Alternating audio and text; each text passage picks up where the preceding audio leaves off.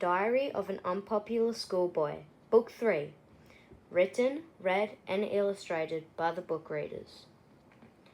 If you're listening to this book, hoping this is the part where I become popular, confident, or at least get my hat back, please put this book down now to avoid any disappointment. Mum said things settle down after a while. High school has never heard of settling down. Thursday. Today we had group assignments. Teachers say group work builds teamwork.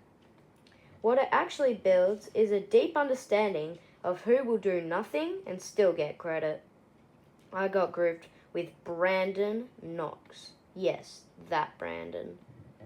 He said, "Sweet, I'll do the talking, you do the writing." Which is Brandon code for "I will talk, you suffer." He wrote his name in big letters at the top of the page, then he drew a lightning bolt through it. I wrote the actual assignment.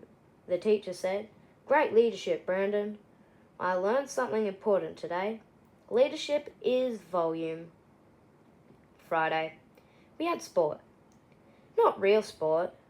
The kind where teachers say, "Just have a go." Then they judge you forever. We were playing touch footy. I got the ball once. I ran exactly 3 steps before tripping over my own shoelace and sliding across the oval like a dropped sausage. Someone yelled, "He's down!" like I've been shot. Brandon scored 5 tries and celebrated each one like he won the grand final. The PE teacher asked if anyone wanted to join the school team. Brandon raised his hand.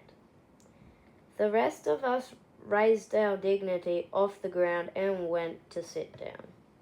Monday. Assembly day. The hall was hot, loud, and smelled like regret. The principal talked for 20 minutes about school pride. Then he introduced a new rule: no phones during lunch. You could hear 300 souls leave their bodies at once.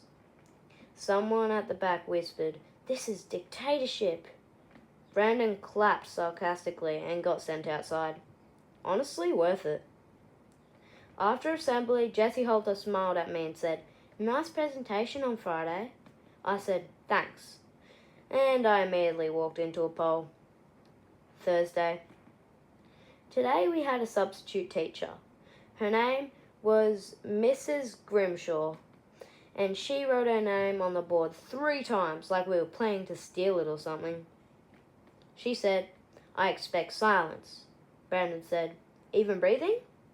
She stared at him so hard I thought he might evaporate.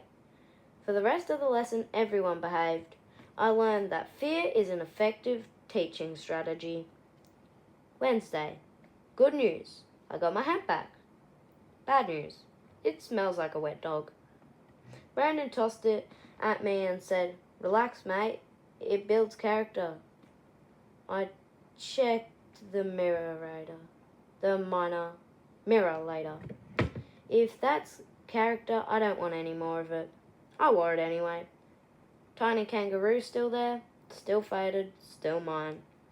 A teacher nodded at me in the hallway, probably because of the lockdown note from last week.